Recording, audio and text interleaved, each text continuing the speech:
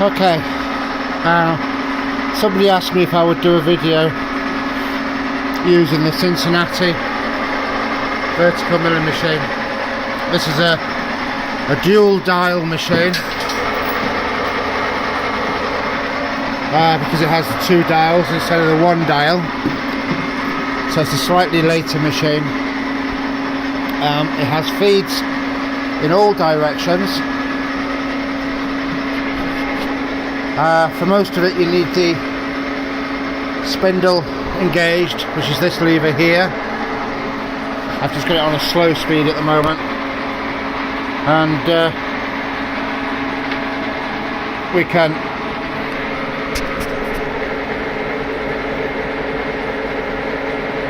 that's your table, which is this lever. Sorry, your y-axis, x-axis is this lever.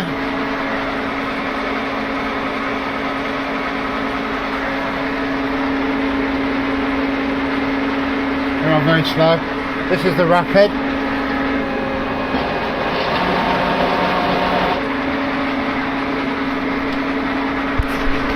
We can knock it off with these to knock this one and this one. We can move them so we can actually walk away from the machine and it will knock its feeds off. This one is the x-axis. I won't operate it now because the machine's running. And here we can alter our spindle speed and our x-axis transfer speed, travel speed. Simply push the lever down and that changes our x-axis. Push the button, lift it up. We need it disengaged for this, and we can change our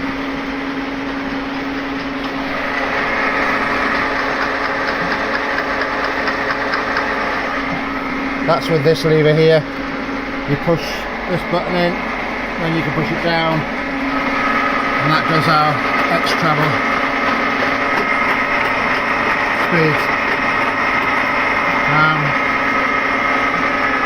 So I'll have a little play with setting the speeds that I want, and then I'll come back because we're going to take a skim on this exhaust manifold.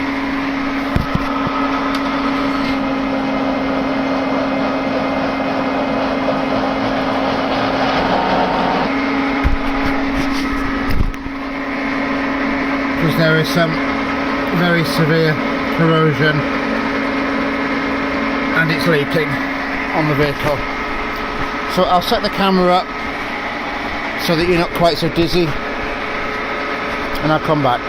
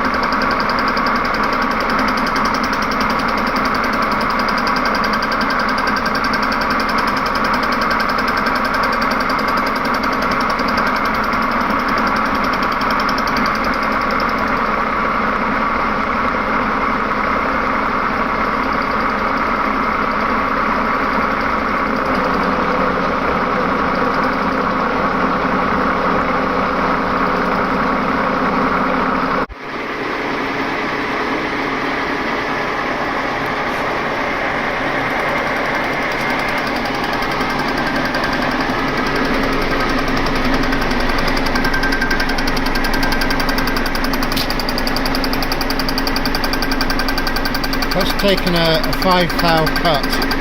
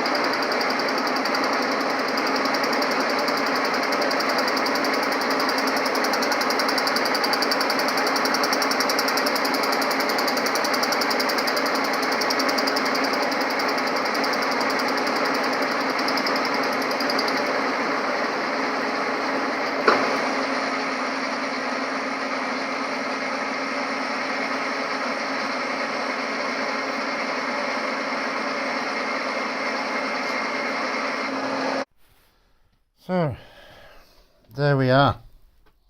The finish is well, it's nothing short of outstanding. I'm not familiar with this machine. I've hardly used it since I've bought it. This is probably only third or fourth thing I've cut on it. I've always been using my toss milling machine over there, which most people have seen. I've pinched the fly cutter off it. I did start with a carbide cutter, 8-inch carbide. I've stuck it under the lathe for a minute, with a couple of inserts in it. But it left a horrendous finish. Yeah, it really didn't like it. It was too much vibration. I mean, the setup is pretty sus. You know, let's be honest. It's only got one hog down, and it's sitting on these. These are you know, your familiar gauge blocks, and these are just gudgeon pins out of a large engine. I happen to have 4 of them, so I could set it all up, you know. So I basically sat it on the gudgeon pins and pulled it down, and it actually held really well. We don't have any chatter, which surprises me. And the finish is well, yeah, I'm not sure a grinder would have done much better. But as I say, I was a bit iffy and unfamiliar with the machine, so that was a very slow job for me today, setting it up and trying a couple of different things and finding my feeds and speeds. But what I used was 2 1/8 inches per minute on 635 RPM with a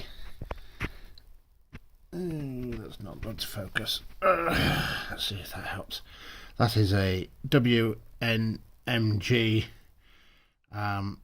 CBN cutter, which I have to be honest, I don't use much carbide anymore. These CBN and diamond cutters are well, they're just in another league, as you can see here. The finish they give is absolutely outstanding. And I must say, this old Cincinnati, every time I've used it, has given me a better finish than my Toss milling machine, which I've always considered to be superb. Don't get me wrong, there's not much between them, but the Cincinnati is slightly better. The Toss milling machine is quite a big Bridgeport clone. It's at least double the size of a Bridgeport, if not more. It weighs 2,000 kilos. It's got a very large bed on it, and it's got a lot of travel, much more than a Cincinnati. Cincinnati's got quite a small envelope compared to the Toss. So I couldn't get rid of the Toss. I would never be able to skim a 6-cylinder John Deere head on this, or Perkins on this machine. It just doesn't have enough travel.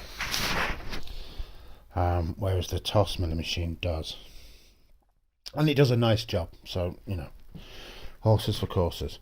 But you know, this machine weighs 4,000 kilos. The Toss weighs 2,000 kilos. I can't turn the camera; it doesn't work that way.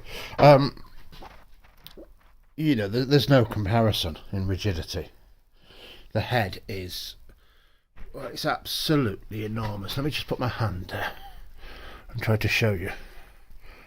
You know, it's absolutely enormous. Even the part that slides up and down, you know, it's enormous. You wouldn't pick it up if you took it off. You wouldn't be able to pick it up. So it's rigid. It's extremely, even though the gearbox in it, which runs continuously, sounds like a clanky old tractor, there's no vibration.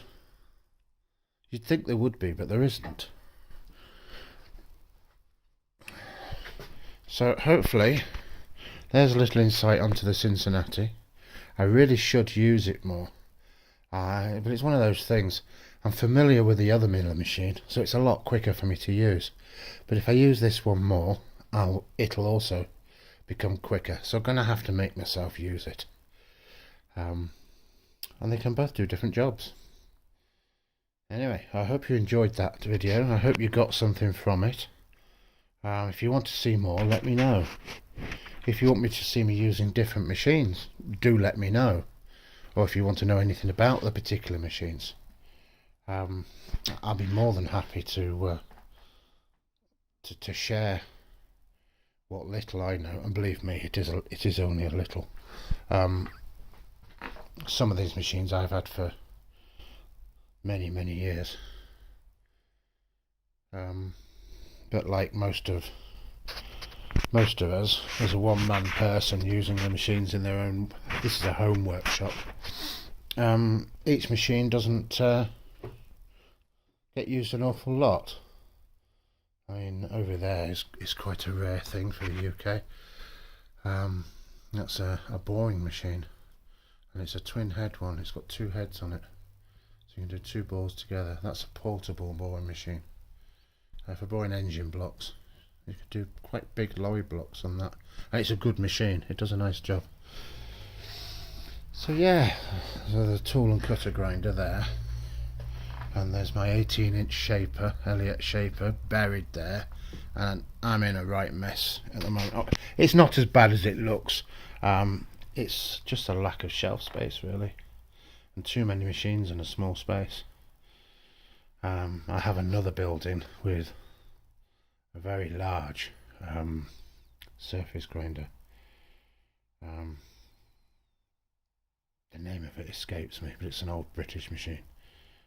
It'll do 30 by 8 surfaces. That's a nice machine. So there we go. Here's my little pit.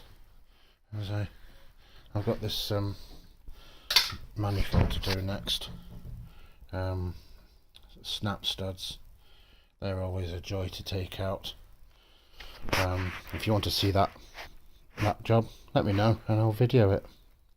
Anyway, bye for now. So there we have it. Job done. Beautiful finish. I'm quite surprised we didn't get any chatter, but there isn't any. I'm actually quite surprised at the finish. It just goes to show these old machines, there is definitely something about them. I was taking I'm using a CBN cutter on a lathe tool holder in a bar. On a bar that I made. I don't know if you can see that.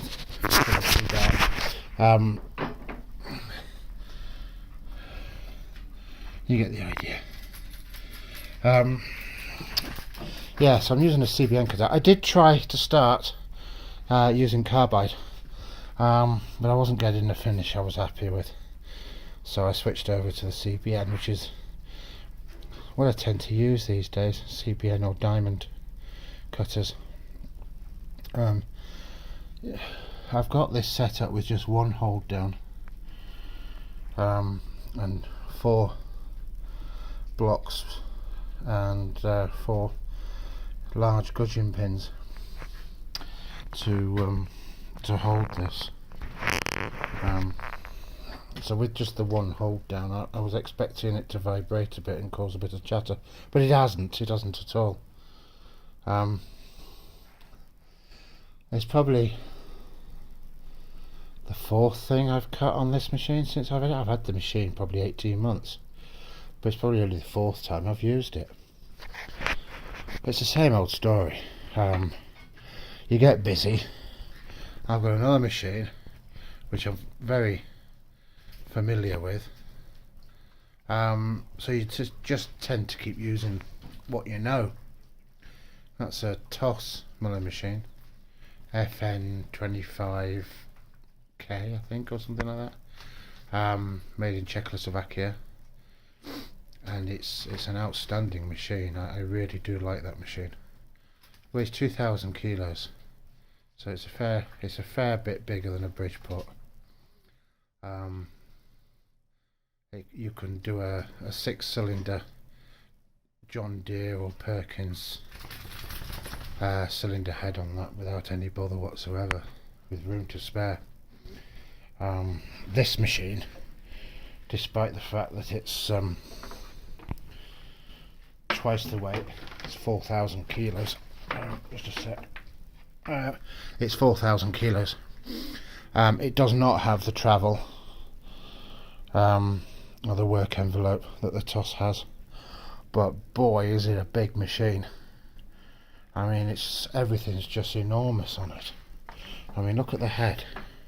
Here's my hand on the head. I'll tell you what, if you took that off, you ain't picking it up off the floor, I can tell you. Not a hope. I'd hate to think what that weighs. And that slides up and down on these slideways. And the head is one casting to the base and body. So it's absolutely solid. Inside it, it's got a gearbox. 5 horsepower motor gearbox. And the gearbox is running all the time. You change your feeds and your speeds on these dials, and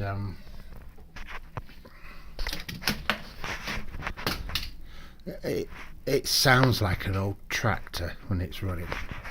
Clanky, clunky, noisy. You'd think it would give you a terrible finish on your work, but it doesn't. It's really quite impressive. Anyway, that's enough about that machine.